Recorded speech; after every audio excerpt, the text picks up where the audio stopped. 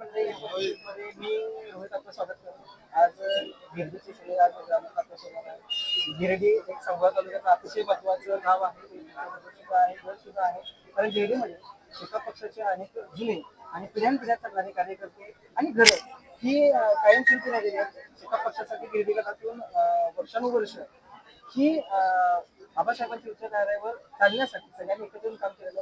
आज आपल्या गिरडी गावाचे आबा मोठे आहेत आपल्यासोबत. आबा, ह्या सगळ्याच्या आता राजकारणाचे सुरू आपल्या सांगोला तालुक्यातलं आणि जे युती आघाड्या होतात या संदर्भात तुम्हाला काय काय तुमचा खूप मोठा अनुभव आहे या क्षेत्रात सगळ्या आतापर्यंत. नमस्ते, मी माझी गिरडी जिल्हा परिषद गट 52 या जिल्हा परिषद गटातून माझी पत्नी सौ संगीता सोमा मोठे यांना सांगोला विकास आघाडी च्या माध्यमातून आम्हाला तिकीट मिळालं. त्याबद्दल अगोदर डॉक्टर बाबासाहेब देशमुख आणि दीपक आबा सोळंके पाटील यांचा आणि छोटे मोठे सर्व पक्ष सांगोला महाविकास आघाडीतील यांचं पहिल्यांदा मी सुरुवातीला आभार व्यक्त करतो. का तर माझ्यासारख्या सर्वसामान्य कार्यकर्त्यांच्या वर विश्वास ठेवून मला अगोदर तिकीट त्यांनी जाहीर केलं. आणि आता तुम्ही म्हटल्याप्रमाणे राजकारणात उलटापालट्या कशा होतात काय होतात हे आपण आता महाराष्ट्रात बघतच आहे. आणि राहिला विषय आमच्या गिरडी गटाचा, तर आतापर्यंत जरी आम्ही एखादा चांगल्या निर्णयाला जर येत असेल तर गिरडी करतोय.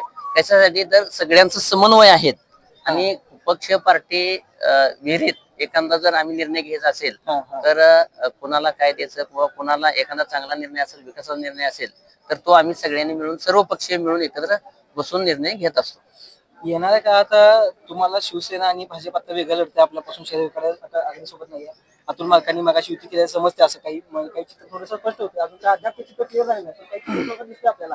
पण अतुल मालकांना पण सोबत आपल्या घेतोय का? कारण तो एक मोठा पक्ष आहे अतुल मालकांचा, राष्ट्रवादी पक्षात आहे, अजितदादा गटातून त्याने आपल्यासोबत आणि त्यांचा आपला काय फायदा होईल का? अतुल मालकाला सोबत घेतलेला आपल्याला फायदा होतोय.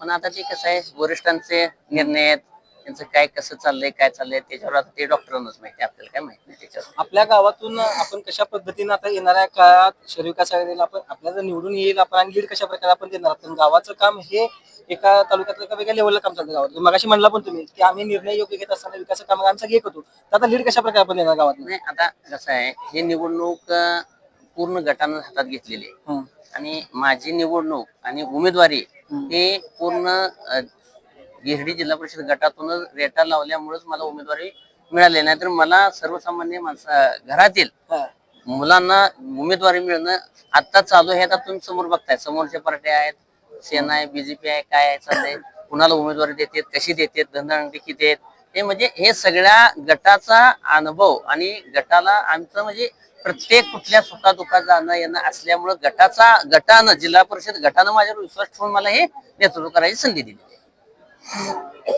म्हणतात की आम्ही जे लोकांच्या जागा आपण जातो, प्रत्येका सुखदुःखात आम्ही जातो. लोकांच्या सुद्धा आज आपल्यासोबत अनेक लोक कार्यकर्ते आपल्यासोबत आज इथं आले. तुम्हाला काय म्हणायचं, आबांचं काम कसं असतं, त्यांनी नेहमी आतापर्यंत कसं काम त्यांनी करत आले, त्यांचं काम त्यांनी कशा पद्धतीने केले आतापर्यंत?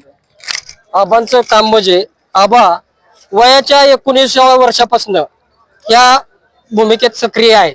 त्यांनी आजपर्यंत गोरगरिबांचे सर्वांचे प्रश्न संयमाने मिटवले आहेत. कुठलाही विरोधकाचा प्रश्न असला तरी आबांनी मिटवलेला आहे. रात्री 12 वाजता 1 वाजता कुणाचा जरी फोन आला निसंकोचपणे आबा फोन उचलतात आणि ऑन द स्पॉट त्या टायमाला आबा वैयक्तिक तिथं हजर राहतात. आबांनी इतका संघर्ष केलेला आहे लहानपणापासून. चित्त चिकाटी ध्येय संयम या प्रकारचे सर्व गुण संपन्न त्यांच्यात आहेत.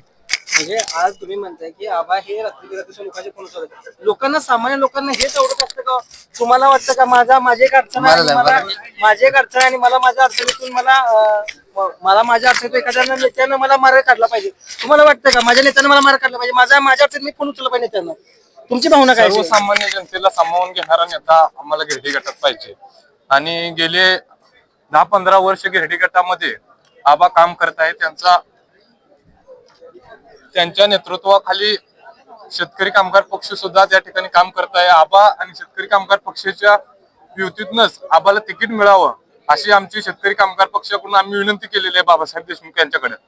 आता आणि 9 गावच्या संपूर्ण 9-10 गावच्या शेतकरी कामगार पक्षाच्या कार्यकर्त्यांनी संपूर्ण आबासाठीच प्रस्ताव पाठवलेला होता आणि आम्हाला आमची उमेदवारी मिळाली 100% गिरडी गटातनं. हा गुलाल आबासाहेब मोठे ह्याच नावाचा आहे. ही मी काळ्या दगडावरची पांढरी रेख. निवडणुकीचा उमेदवारी मिळणे ही सुद्धा किती महत्वाची असते आणि अनेक लोकांना धनधान्य लोकांना सुद्धा निवडणुकीमध्ये सामान्य माणसाचा सामान्य कार्यकर्ता हा निवडणुकीमध्ये उमेदवारी मिळाली पाहिजे आणि हा कार्यकर्त्यांचा आज विश्वास आहे की गुलाल हा आमचाच आहे. येणाऱ्या पुढच्या काळात आपण सुद्धा या सगळ्या लोकांसोबत आपण या सगळ्या जनतेसोबत आपण राहणार आहोत. गुलाल कुणाचा हे देखील आपण पाहणार आहोत. गिरडी गटातून आज एक मोठा गट आहे आणि त्यातून आज किती प्रकारे लीड जाणार, लोकांचं काम कसं असणार. कारण आज रात्री 12 वाजता एखादा नेता 1 वाजता जर एखादा नेता आपल्यासोबत येत असेल तर लोकांची ही जी भावना जनभावना जी असते लोकांची ती आपल्याला पाहायला मिळते. एक नारा लोकांनी दिला आणि एक नाव जेव्हा पक्षाकडे जातं तेव्हा त्या पक्षाची सुद्धा ती एक ताकद असते, त्या व्यक्तीची ताकद असते. सामान्य नेता सामान्य माणूस जेव्हा लोकांसाठी काम करत असतो, लोकांच्या मागे जात असतो, तेव्हा हा सगळा जनसमुदाय आपल्या त्या लोकांच्या पाठीमागे बघायला मिळतो. धन्यवाद.